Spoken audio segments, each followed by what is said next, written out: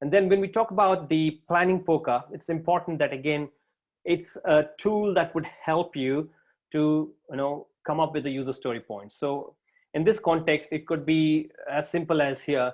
These could be some of the story point, the planning poker that I've actually used in some projects before. As simple as just write some stuff here on the back of the cards, and you can try and have these shared. Or we use some of these cards that you can actually buy or on eBay or Amazon, where you can actually, there are so many other organizations which actually sell these cards. You can buy these online right now in eBay, Amazon. Just say planning poker, and you can get a deck of cards, or you can create your own. So how does this work? Basically, the planning poker is a tool that you can try and use to arrive at the story points in terms of the estimation. So bear that in mind. It's a technique. It's just a tool that you can use. It's not the be all and end all for the story point estimation. So what does this involve? So it is around, the planning poker is around the user stories. Obviously, that's one of the most important aspect of agile development nowadays. It's about giving the development team the power that they can use to try and prioritize, discuss, decide, and move things up or down the requirements. And that's what a user story would really help with, because each user story is like a self-contained unit. It's not really dependent on other. It's not something that you have to do before you do the other one. So it's like again, going back to the discussion that we had a few weeks ago, it's the invest principle. So you need to invest in the user story. Independent, negotiable, valuable, estimatable. See that term E, I-N-V-E-S-T, invest. Independent, negotiable, valuable, estimatable. If you are not in a position to estimate something in a user story, then that's not a user story. You need to further break it down. So estimatable, then you've got sizable, and then finally testable. So if you don't estimate, you can't size it. So it's very, very important for you to understand this. So the best tool that you can use for the requirements when it comes to the planning poker is a user story.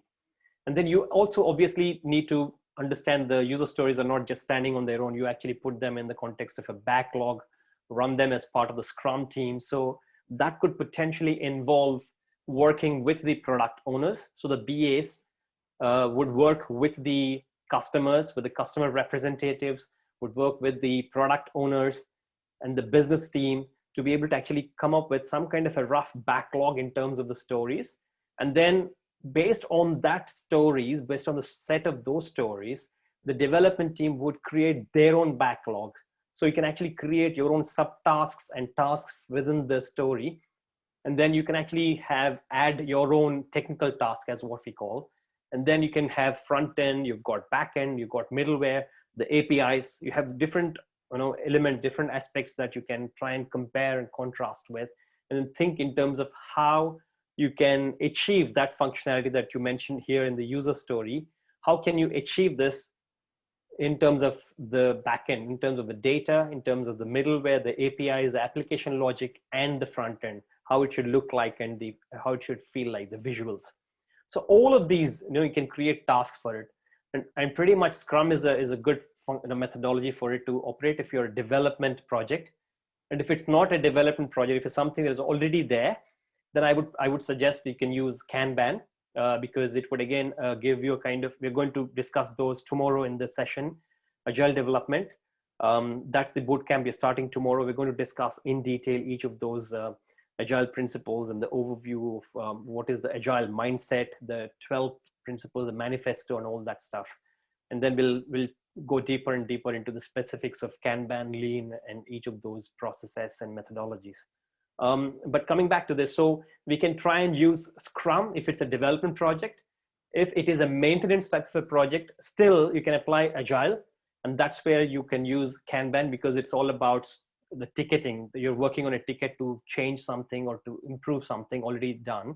So you raise a ticket, and then you can actually kind of assign the ticket to somebody. They can work on it, close it, and then move on to the next one. So basically that's the ticketing system. So you can clearly see the progress of the ticket in Kanban boards, to do, doing, and done. So again, we've discussed this already in some of the context, and you can use other methodologies as well.